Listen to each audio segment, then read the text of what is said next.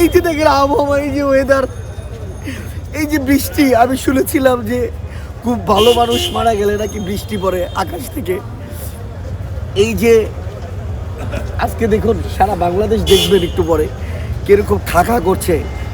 এই যে নেত্রী নেই আমাদের মাঝে, শুধু আমি না, সকল পর্যায়ের নেতাকর্মীরা, সাধারণ মানুষরা এতে শোক হয়ে থাকবে। তাদের মনের কষ্ট এটা বলে ভাষায় প্রকাশ করাতে পারবো না। কারণ এই যে নেত্রীকে কিভাবে পৈশাচিক কায়দায় ঘরের মধ্যে বন্দি করে বিনা চিকিৎসায়, বাংলাদেশের একমাত্র স্মার্ট সিটি বসুন্ধরা এখন আরো নিরাপদ, আধুনিকতায় আরো এক ধাপ এগিয়ে। আপনি একটি কথা বলেন, বিনা চিকিৎসায় তাকে মৃত্যুর দিকে ধাবিত করে।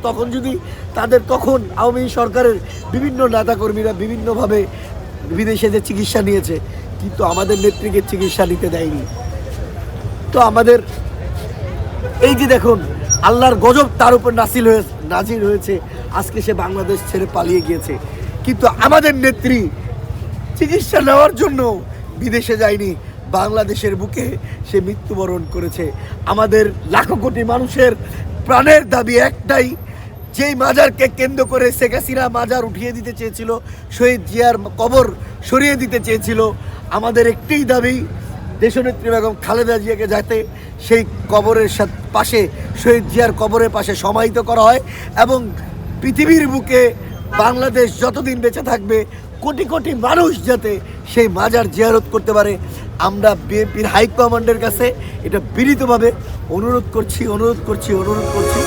এর চেয়ে বেশি কিছু আর বলতে পারবো না।